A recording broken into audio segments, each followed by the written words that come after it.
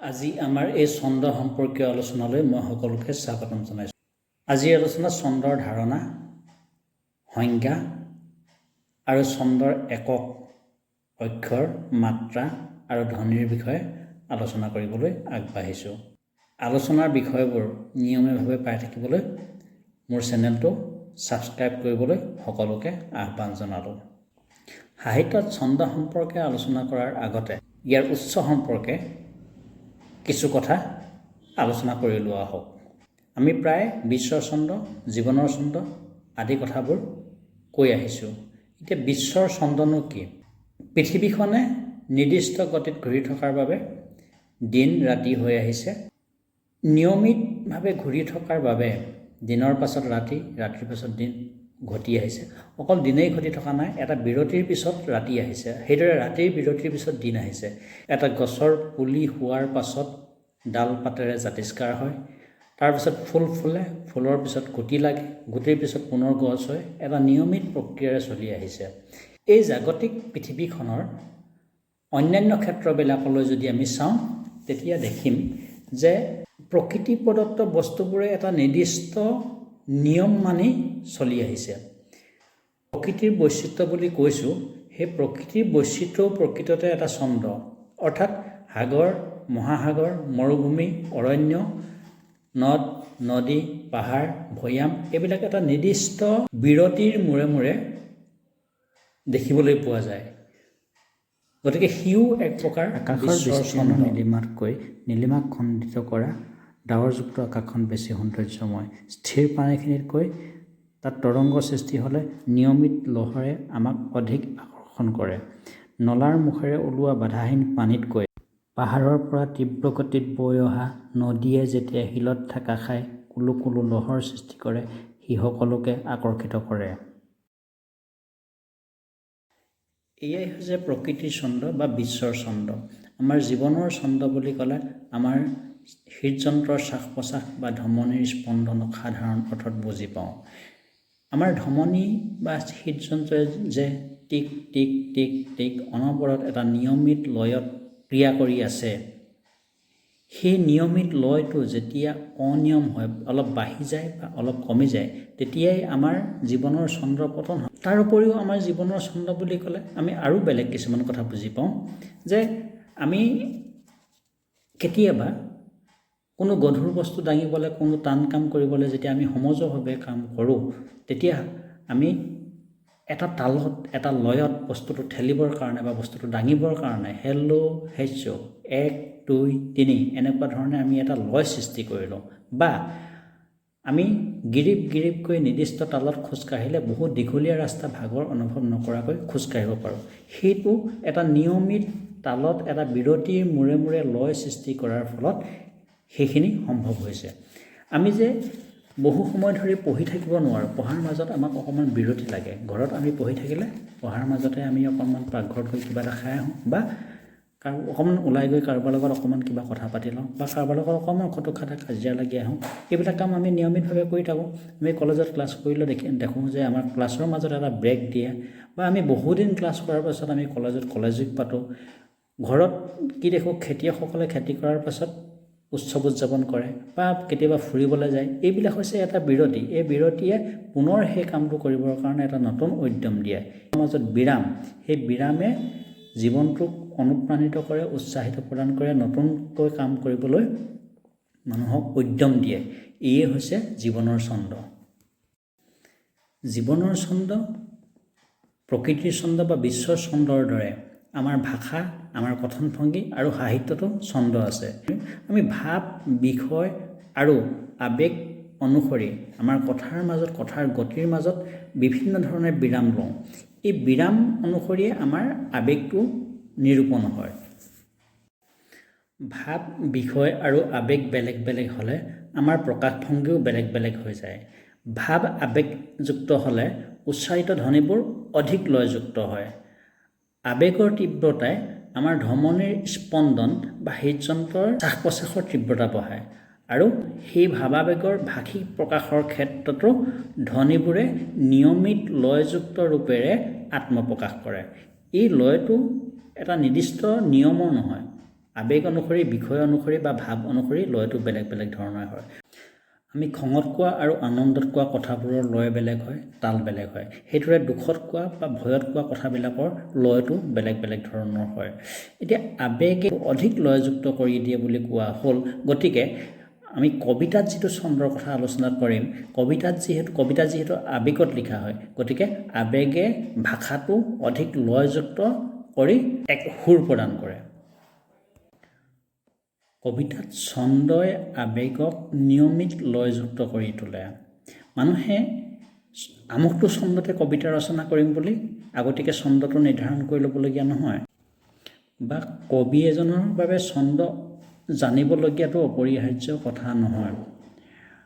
ভাৱ অনুসৰি ছন্দই আপনা আপুনি তাত বহি লয়হি, বা ছন্দই ভাৱটো নিয়ন্ত্ৰণ কৰি ছন্দৰ দ্বাৰা কবিৰ ভাৱে ভাষাৰ মাধ্যমেৰে সেই ছন্দত আত্মপ্ৰকাশ কৰি এক নিয়মিত গতি প্ৰদান কৰে। আৰু কণ্ঠতন্ত্ৰীত সৃষ্ট ধ্বনিবোৰৰ দ্বাৰা যি শব্দ গঠন হয়, সেই শব্দৰ মাধ্যমত মনৰ ভাৱ প্ৰকাশ কৰোঁ।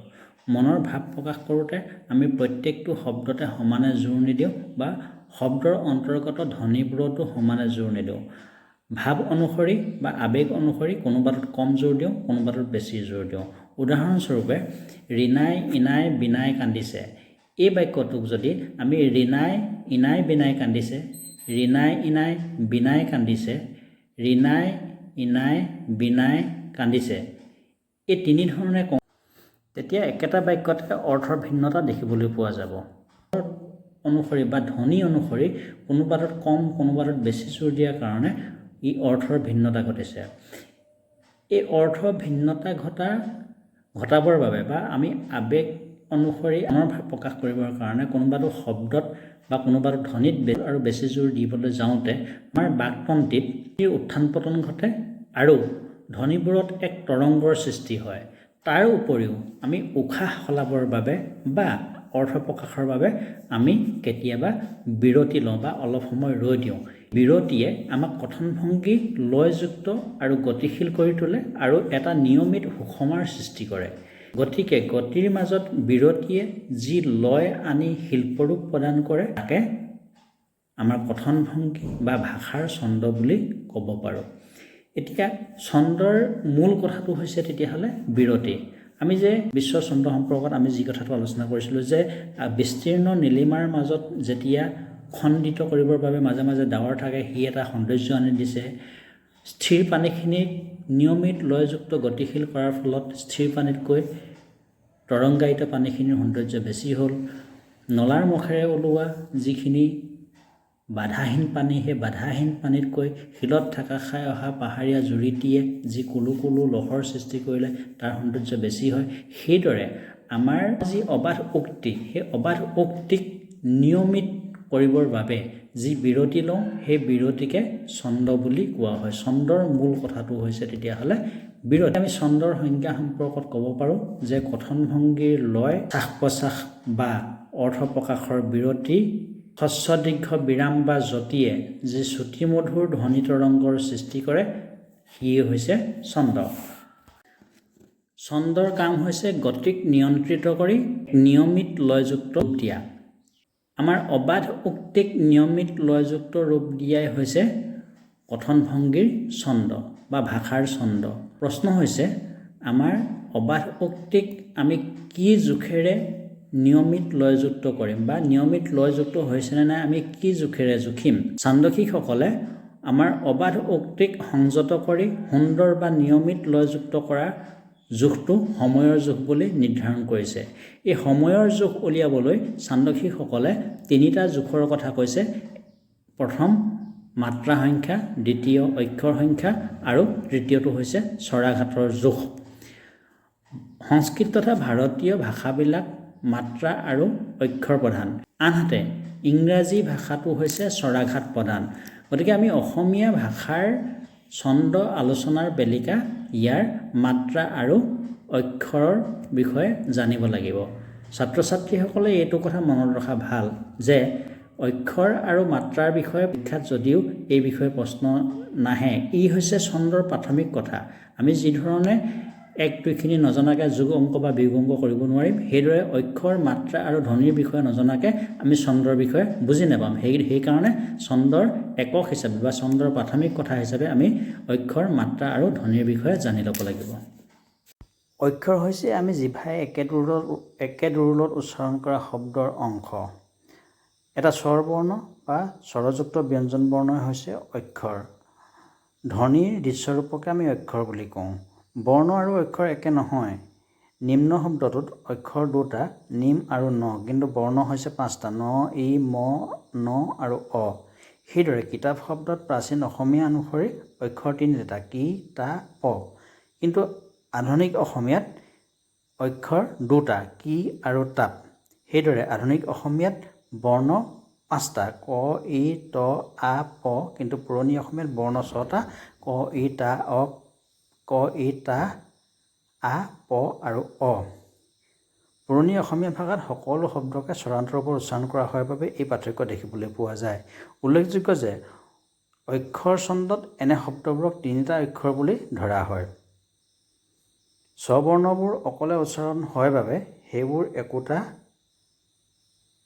সেইবোৰ একোটাকৈ বৰ্ণ, অক্ষৰ আৰু ধ্বনি। কিন্তু ব্যঞ্জন বৰ্ণবোৰ অকলে উচ্চাৰণ নহয় বাবে সি মাত্ৰ বৰ্ণ হয়। ছন্দৰ আনটো একক হৈছে ধ্বনি। ধ্বনি হৈছে আখৰৰ উচ্চাৰিত ৰূপ। ই এবাৰত উচ্চাৰণ কৰিব পৰা কণ্ঠস্বৰৰ ক্ষুদ্ৰতম গোট বুলি কোৱা হয়। ব্যঞ্জন বৰ্ণবোৰ স্বৰৰ সহায়ত ধ্বনিত হয় বাবে তাক স্বৰান্ত ব্যঞ্জন ধ্বনি বুলি কোৱা হয়। ছন্দৰ আলোচনাত ধ্বনিবোৰক মুক্ত, ৰুদ্ধ, যুগ্ম, অযুগ্ম আদি বিভিন্ন শ্ৰেণীৰ নাম আমি লোৱা দেখিবলৈ পাওঁ। মুক্ত ধ্বনি হৈছে যিবোৰ ধ্বনি উচ্চাৰণ কৰোঁতে বাকতন্ত্ৰী মুকলি হৈ থাকে আৰু পাছৰটো ধ্বনি সহজে উচ্চাৰণ কৰিব পাৰি। মৌলিক স্বৰধ্বনি অৰ্থাৎ অ, আ, হচৰি, উ আৰু এ আৰু স্বৰান্ত ব্যঞ্জন ধ্বনিবোৰ মুক্ত ধ্বনি। উদাহৰণস্বৰূপে চাকি শব্দত চা আৰু কি দুয়োটাই মুক্ত ধ্বনি। ধ্বনিৰ আন এটা ভাগ হৈছে ৰুদ্ধ ধ্বনি। যিবোৰ ধ্বনি উচ্চাৰণ কৰোঁতে বাকতন্ত্ৰী বন্ধ বা আবৃত হৈ পৰে সেইবোৰক ৰুদ্ধ ধ্বনি বুলি কোৱা হয়। ব্যঞ্জনান্ত ধ্বনিবোৰ ৰুদ্ধ। এটা ৰুদ্ধ ধ্বনি উচ্চাৰণ কৰি পৰৱৰ্তী ধ্বনি উচ্চাৰণ কৰিবলৈ নতুন প্ৰচেষ্টাৰ প্ৰয়োজন হয়। উদাহৰণস্বৰূপে কম্পন শব্দটো উচ্চাৰণ কৰোঁতে কম শব্দৰ পাছত পনটো উচ্চাৰণ কৰিবলৈ নতুনকৈ যত্ন কৰিবলগীয়া হয়। এটা স্বৰধ্বনিৰে আন এটা ব্যঞ্জনক উচ্চাৰণ কৰিলে সি অযুগ্ম ধ্বনি। যেনে জাপানী শব্দত জা, পা আৰু নি তিনিওটাই অযুগ্ম। এটা স্বৰধ্বনিৰে একাধিক ব্যঞ্জন বৰ্ণ উচ্চাৰণ হ'লে যুগ্ম ধ্বনি বুলি কোৱা হয়। উদাহৰণস্বৰূপে মাছ শব্দত আ স্বৰধ্বনিৰে ম আৰু চ দুয়োটা বৰ্ণকে একেলগে উচ্চাৰণ কৰা হৈছে। যুক্তাক্ষৰযুক্ত শব্দবোৰৰ প্ৰথমৰ ধ্বনিবোৰ যুগ্ম আৰু যুক্তাক্ষৰ থকা ধ্বনিটো অযুগ্ম। যেনে পদ্ম শব্দত পদ যুগ্ম আৰু ম অযুগ্ম। ছন্দৰ আন এটা প্ৰয়োজনীয় কথা হৈছে বা প্ৰাথমিক কথা হৈছে মাত্ৰা। এটা ধ্বনি উচ্চাৰণৰ বাবে প্ৰয়োজন হোৱা ন্যূনতম সময়খিনিক মাত্ৰা বুলি কোৱা হয়। সাধাৰণতে হ্ৰস্ব স্বৰত যিমান সময় লাগে দীৰ্ঘ স্বৰত তাৰ দুগুণ সময় লাগে। স্বাভাৱিকভাৱে উচ্চাৰিত হোৱা ধ্বনিবোৰ হ্ৰস্ব স্বৰৰ। দীৰ্ঘ স্বৰত হ্ৰস্ব স্বৰৰ দুগুণ আৰু কাৰোবাক আমি চিঞৰি মাতিলে তাক 3 গুণ সময় লাগে, তাক প্লুত স্বৰ বুলি কোৱা হয়। অসমীয়া বৰ্ণমালা আৰু আখৰ জোঁটনিত হ্ৰস্ব স্বৰৰ ব্যৱহাৰ আছে যদিও উচ্চাৰণত তাৰ প্ৰভেদ নাই। সেয়েহে কোন ধ্বনি কিমান মাত্ৰাৰ হ'ব তাৰ কোনো নিৰ্ধাৰিত নিয়ম নাই। ছন্দৰীতি অনুসৰিহে নিৰ্ধাৰণ কৰা হয়। ছন্দৰীতিৰ বিষয়ে আমি পাছত আলোচনা কৰোঁতে এই বিষয়ে জনাব পাৰিম। আখৰৰ জোখেৰে বেছিভাগ অসমীয়া ছন্দৰ লয় নিৰ্ধাৰণ কৰা হয়।